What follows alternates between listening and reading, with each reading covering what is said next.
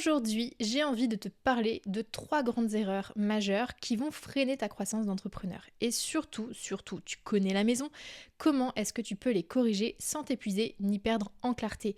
Et je ne vais pas tergiverser plus que ça, je vais t'apporter tout de suite la première erreur qui est de ne pas fixer de cadre clair entre ton pro et ton perso. Pourquoi aujourd'hui est-ce que c'est un problème? Eh bien tout simplement parce que quand ton business tourne bien, ok c'est super, mais c'est aussi là que potentiellement le piège peut se refermer, tu vas te laisser happer et ton équilibre pro-perso va potentiellement aussi exploser. Sans cadre, sans règles de fonctionnement, tu vas te retrouver à travailler tout le temps, même un tout petit peu, par-ci, par-là, sans t'en rendre compte, et petit à petit, eh bien tu vas glisser lentement mais sûrement vers l'épuisement et ou de la frustration, et clairement c'est ce qu'on veut pas pour toi. Je te donne quelques exemples, peut-être que ça va te parler, te faire écho. Premier exemple, tu vas bosser le week-end juste pour avancer un petit peu et puis finalement tu vas te rendre compte que tu n'as jamais vraiment une pause concrète et pleine dans ta semaine. Peut-être que, deuxième exemple, tu vas regarder tes mails le soir vite fait, mais finalement du coup ton cerveau il va rester branché sur le boulot en permanence jusqu'à ce que tu te couches. Troisième exemple, tu vas dire oui à tout et tu vas finir avec des journées qui vont ne plus te laisser aucune place pour toi, pour tes passions, pour tes proches, etc. etc. Ou encore, dernier exemple, après il y en a une multitude, mais c'est vraiment plus pour que tu puisses te projeter. Dernier exemple, tu vas culpabiliser de prendre une après-midi off ou encore une journée off. Imagine un peu l'explosion de culpabilité que tu peux avoir en toi, alors que en vérité, tu es censé être ton propre patron, c'est pas facile à dire, et donc tu n'es pas censé avoir cette culpabilité qui t'assaille tout de suite. Et clairement, quand on est dans cette dynamique, c'est difficile de savoir quand s'arrêter et si tu ne connais pas tes limites, de te dire stop. Tu peux vraiment finir par te cramer. Et aujourd'hui, j'ai pas envie que tu arrives à ce point-là. Donc c'est pour ça que je vais t'expliquer comment est-ce que tu peux corriger cette erreur dès maintenant. Déjà, première chose, tu vas prendre un papier, un stylo, tu vas te pencher là-dessus avec toi-même parce que l'objectif ici, c'est qu'on se rapproche de tes besoins à toi et pas des besoins des autres potentiellement autour de toi. Bien sûr, si tu as une famille, c'est à prendre en considération, mais je vais vraiment t'encourager ici à partir de toi par rapport à tes besoins et ensuite venir implémenter les personnes qui vont tourner autour de toi dans ton environnement familial pour que tu puisses finalement trouver un équilibre qui part de toi et qui va forcément rayonner positivement sur les autres qui t'entourent. Voilà, maintenant que ça c'est posé, première chose, ce que tu vas faire, c'est que tu vas déterminer et définir des jours et des horaires de travail pour que tu puisses les respecter au maximum.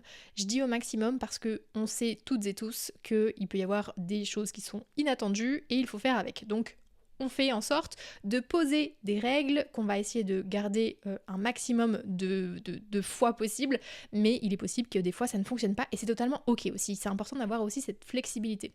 Donc choisis tes journées et tes horaires de travail comme si tu étais ton propre employé et clairement, c'est ce que tu es. Tu es ton boss et ton employé en même temps. Donc l'objectif là, c'est que vraiment tu puisses mettre un premier cadre là-dessus. Et quand je parle de définir des jours et des horaires de travail, c'est aussi te dire, ok, sur une semaine, combien est-ce que j'ai envie de travailler? Ça, c'est vraiment ta règle à toi. Il n'y a pas de chose qui est meilleure qu'une autre. Ça dépend tellement de choses que moi, je veux vraiment que là, tu te rapproches de toi, ce dont tu as besoin et ce dont tu as envie. Deuxième chose, une fois que tu as fixé ça, c'est de fixer des limites claires avec tes clients. Clairement, ils n'ont pas besoin que tu sois dispo 24 heures sur 24, 7 jours sur 7, donc mets des horaires de réponse à tes messages. Moi personnellement, je ne le faisais pas du tout auparavant et depuis que je l'ai fait, je l'ai même intégré dans les contrats de coaching, je n'ai jamais eu de problème avec un de mes clients qui était mécontent de ce fonctionnement-là et au contraire, en fait, ça prouve que tu as le droit en tant que patron de mettre en place des choses, donc la personne aussi va être inspirée en face et au-delà de ça, ça permet aussi de savoir comment est-ce qu'on joue ensemble, comment est-ce qu'on travaille ensemble. C'est ça qui est hyper important. Donc une fois que tu as fixé les règles, communique-les aux personnes autour de toi. Là je te parle de tes clients, mais ça marche pour tout ce qui est autour dans ton environnement, je pense notamment à ta famille. Personnellement, il y a encore des personnes dans ma famille qui ont du mal à comprendre que tous les jours, même si je suis à mon compte et que je travaille de chez moi à 10h, je ne suis pas disponible. et quand il m'appelle, eh bien je ne réponds pas forcément si je n'ai pas le temps de le faire. Donc voilà, ça c'est hyper important de communiquer aussi que tu as des limites, tu as des règles qui sont en place et que c'est important de les respecter. Troisième chose que je t'encourage à faire, ça va être de mesurer ton temps pour te rendre compte d'où passe ton temps. Et ça va te permettre de comprendre et ensuite d'ajuster les domaines qui te prennent trop de temps ou peut-être pas assez pour que tu puisses vraiment être aux manettes de où passe ton temps. Et c'est comme ça, en mesurant ton temps, qu'on arrive à faire les plus belles progressions par la suite et qu'on se maîtrise et qu'on maîtrise davantage notre temps. Autre chose que tu peux faire, ça va être de créer un rituel de déconnexion, un vrai moment où tu vas quitter le boulot. Moi, je sais que je travaille de chez moi, mais le plus souvent, j'essaye de faire quelque chose juste après. Ça peut être juste me démaquiller ou aller marcher ou aller courir ou faire une séance de sport ou je sais pas, peu importe, on s'en fiche. Moi, c'est jamais vraiment le même rituel de déconnexion jour après jour. Par contre, je sais que je vais faire une chose qui me plaît et qui va me permettre de dire ok, ça y est, ma journée est terminée au niveau du taf. Maintenant, je passe à moi, je passe à mon copain, je passe à ma maison. Et c'est ça qui est le plus important maintenant. Tu choisis ce que tu veux à partir du moment où pour toi, tu crées une sorte de conditionnement qui va te permettre d'envoyer le bon signal à tout ton corps, à toute ta tête pour dire maintenant, le travail, c'est terminé. Et dernière chose, j'en ai déjà parlé 1000 fois de ça dans certains épisodes, donc si tu es hyper fidèle depuis un petit moment, peut-être que tu es en train de te dire mais en fait je sais déjà, tu m'as déjà dit Julie. Alors si c'est le cas, eh bien vérifie que c'est bien mis en place et que ça a un impact positif pour toi. Et si jamais tu ne connais pas, eh bien dernière chose que je vais t'apporter aujourd'hui, c'est de bloquer du temps pour toi comme si tu avais un rendez-vous client. Parce que si tu veux éviter l'épuisement, je t'encourage vraiment à prendre des vraies pauses et des moments de vie et que ces moments-là, tu puisses les prendre aussi sérieusement que tes deadlines business. Que tu sois quelqu'un de sportif à côté, que tu aies des passions à assouvir, que tu aimes juste lire, visiter un musée ou peu importe, vraiment, il est primordial que tu prennes du temps pour toi et je t'encourage à le mettre noir sur blanc dans ton agenda, comme ce que tu fais avec tous les autres rendez-vous business. Moi, je sais que mon agenda, il y a toute ma vie dedans, que ce soit pro, que ce soit perso. Déjà, c'est au même endroit, c'est hyper important pour moi d'avoir tout au même endroit sous les yeux et il y a tout ce que je fais. Je vais au ciné, je le mets. Je fais une séance de sport, je le mets. J'ai un brunch avec une copine, je le mets. Tout est dedans. C'est toute ma vie qui est à l'intérieur de ça et ça me permet vraiment d'avoir la big picture de comment est-ce que ça va se passer ma semaine. Et ça, c'est hyper important. Et les blocs qui sont dédiés pour moi, ils ne bougent pas. C'est vraiment les blocs les plus primordiaux pour moi.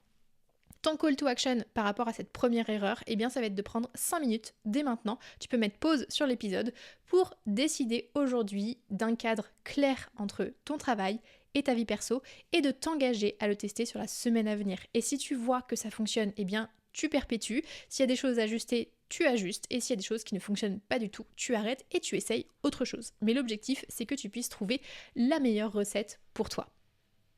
Erreur numéro 2, ne pas voir le lien entre ton mindset et ton chiffre d'affaires. Là, on va sur une erreur qui est un petit peu plus compliquée à percevoir, mais qui est quand même un problème. Pourquoi ? Parce que beaucoup d'entrepreneurs pensent que travailler leur mindset, c'est secondaire, surtout quand tu as une entreprise qui fonctionne déjà, ou alors ils peuvent aussi ne pas comprendre quel est l'impact, quel pourrait être l'impact de leur mindset, alors qu'en réalité, c'est vraiment l'un des plus gros leviers de croissance.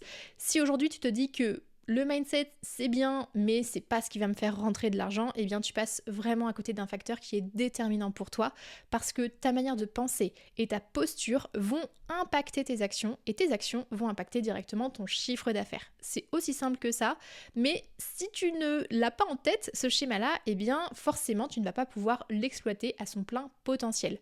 Et oui, même quand aujourd'hui tu as l'impression de n'avoir aucun schéma interne limitant, ton inconscient, il va travailler pour toi et il va mettre en place des freins dont peut-être tu n'as pas conscience. Je sais pas si ma phrase est française, mais bon, je pense que tu as compris. Et c'est en mettant le doigt sur ces schémas inconscients, et c'est là où le travail du mindset va vraiment encore plus prendre de sens parce que ça va te permettre de comprendre ce qui aujourd'hui peut-être est limitant sans que tu t'en rendes compte. Je te donne des exemples courants qui ne sont d'ailleurs pas toujours à ta conscience. Premier exemple, tu vas pas oser augmenter tes prix, peut-être parce que les gens ne paieront jamais autant ou peut-être pour une autre raison, mais en tout cas, tu vas pas oser te lancer dans l'augmentation de tes prix. Deuxième exemple, tu vas repousser une action de visibilité comme publier sur LinkedIn, proposer ton offre d'une manière un peu différente, peut-être parce que tu as peur du jugement ou toute autre peur, mais voilà, on rentre pas dans le détail de chacune. Troisième exemple, tu vas procrastiner sur tes ventes en te disant que c'est pas parfait, donc je préfère attendre. Donc là, on a le syndrome du perfectionniste qui est à fond les ballons. Et autre exemple, potentiellement, tu es à 30% aujourd'hui de ton potentiel de leadership juste parce que tu ne sais pas comment te faire rayonner davantage. Et là, je parle notamment aux personnes qui se disent « Ok, j'ai conscience que potentiellement mon mindset peut avoir un impact sur mon chiffre d'affaires, mais clairement, je ne sais pas comment faire. » Alors, comment est-ce que tu peux corriger cette erreur ? Eh bien, première chose, tu vas prendre conscience de ton dialogue interne. Identifie dès maintenant les pensées qui te bloquent. Je ne suis pas assez légitime, si je augmente mes prix, personne n'achètera, si je fais ça, on va se moquer de moi, je ne sais pas comment je vais être perçue. Tout ça, ce sont tes pensées limitantes. Peut-être que tu en as conscience, peut-être que tu n'en as pas conscience, et si tu ne vois rien, regarde dès maintenant les actions que tu es en train de repousser ou que tu finis par laisser de côté et demande-toi pourquoi est-ce que tu repousses ou pourquoi tu laisses de côté cette action-là. Cette partie d'exploration de soi, elle va demander de la vulnérabilité, de l'honnêteté envers soi. Elle n'est pas forcément évidente, mais c'est hyper important parce que c'est le point de départ. Donc c'est vrai que je le répète aussi régulièrement, de s'observer et d'identifier les pensées, mais je sais aussi que c'est pas toujours évident de s'écouter. Quand la petite voix elle est présente mais qu'on ne prend pas le temps de l'écouter, on n'a pas conscience en fait de nos schémas. Donc c'est pour ça que là je te propose de regarder un peu à l'envers. Regarde ce que tu repousses, ce que tu ne fais pas et pars de ça pour te dire ok, pourquoi est-ce que je ne l'ai pas fait ? Est-ce que c'était vraiment parce que c'était pas du tout pertinent par rapport à ma stratégie ? Peut-être pas. Pourquoi ? Et vraiment, va mettre le doigt sur le truc qui est en train de t'empêcher d'avancer concrètement et complètement. Deuxième chose, ça va être de travailler ces croyances limitantes en les remplaçant par des affirmations qui sont plus constructives et qui vont te permettre d'incarner pleinement ce changement. Et une fois que tu as mis ça en place, tu vas observer comment est-ce que ça change tes actions et donc comment est-ce que ça change tes résultats. Et troisième chose, pense aussi à conditionner ton cerveau à voir grand. Challenge-toi avec des actions qui te mettent un peu mal à l'aise, mais qui vont clairement booster ta confiance. Je te donne des exemples. Lancer ta chaîne YouTube ou ton podcast alors que c'est un truc que tu repousses et tu repousses et tu repousses. Peut-être que ça va être proposer une offre qui est plus chère. Peut-être que ça va être de parler davantage de ton expansion en tant que personne sur LinkedIn pour montrer l'exemple et pour inspirer, etc. etc. Vraiment, va chercher plus grand et si en ayant cette envie d'aller chercher plus grand qu'au fur et à mesure, tu vas incarner, tu vas tester, tu vas passer à l'action et tu auras forcément des résultats. Ton call to action par rapport à cette deuxième erreur, ça va être d'identifier aujourd'hui une pensée qui te limite et de la reformuler en une pensée qui t'aide à avancer. Et je te donne aussi un bonus parce que je sais que le plan d'action que je viens de te donner peut être un petit peu challengeant par soi-même. Mon bonus en call to action pour toi, ça va être de prendre rendez-vous avec moi pour en discuter. J'accompagne en individuel, 100% individuel, les entrepreneurs ambitieux qui ont envie d'aller chercher le niveau suivant mais qui ne savent pas comment aller justement exploiter leur mindset à leur plein potentiel pour que ça puisse avoir un impact sur leur chiffre d'affaires.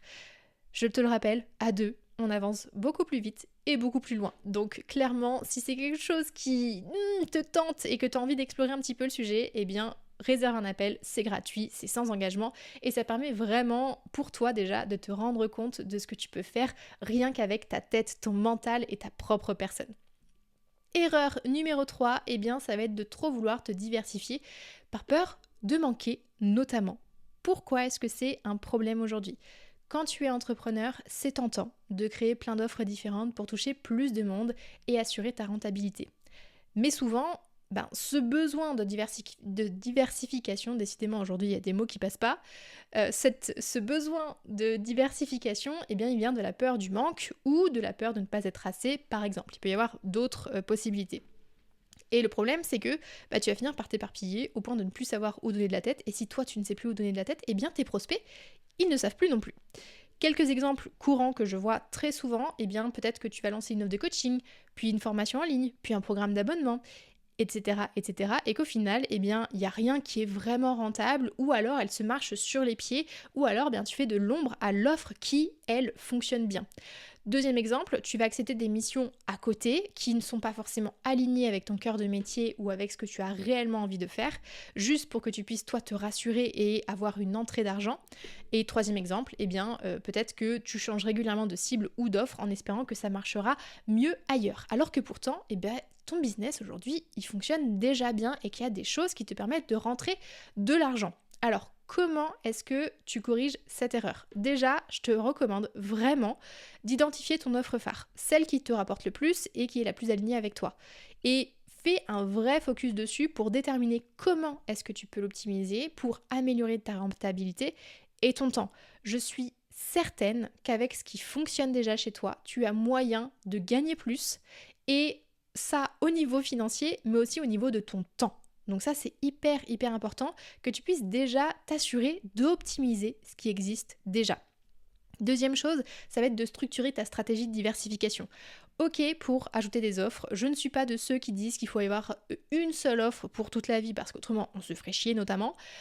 Mais par contre, il faut que ce soit hyper bien pensé, il faut que ce soit stratégique. Donc ajoute des offres qui sont complémentaires à ton offre phare et assure-toi que ton écosystème d'offres soit hyper clair et hyper limpide pour tes futurs clients. Il faut qu'il y ait quelque chose qui soit logique. Ils arrivent chez toi, ils savent directement ce vers quoi ils vont se tourner pour répondre à leurs besoins et à leurs problématiques. Et troisième chose, ça va être de distinguer l'envie et la peur. L'envie de diversifier, ça doit venir d'une stratégie qui est réfléchie et non de la peur de ne pas avoir assez de clients, de ne pas avoir assez de chiffre d'affaires, de ne pas avoir assez de X ou truc. L'objectif, c'est vraiment que tu sois honnête avec toi pour mettre en lumière ce qui te drive en te demandant pourquoi est-ce que je veux lancer cette offre. Le call to action que je te propose pour corriger cette erreur-là, c'est aujourd'hui d'optimiser ton offre principale et décider d'arrêter ou de repousser une offre secondaire, une autre prestation ailleurs qui va au final finalement te disperser et qui ne va pas être très pertinente pour toi. Donc fais en sorte vraiment de sublimer et ensuite de créer quelque chose qui est complémentaire et pertinent. Et tu verras, je sais que ça peut être bateau un peu dit comme ça, mais c'est souvent ce qui est le plus efficace et tu verras aussi que c'est dans les décisions les plus inconfortables que tu vas trouver la plus belle expansion ensuite. Je te fais un récap rapide pour toi. Aujourd'hui, on a vu ensemble 3 erreurs qui ralentissent ta progression. Première erreur, ne pas fixer de cadre entre le pro et le perso et donc du coup, sans limite, ton business finit par envahir toute ta vie. Deuxième erreur, ne pas voir l'impact de ton mindset sur ton chiffre d'affaires. Tes pensées impactent directement ton business, même si aujourd'hui tu n'as pas la sensation d'être limité. Pourtant, c'est quand même souvent le cas.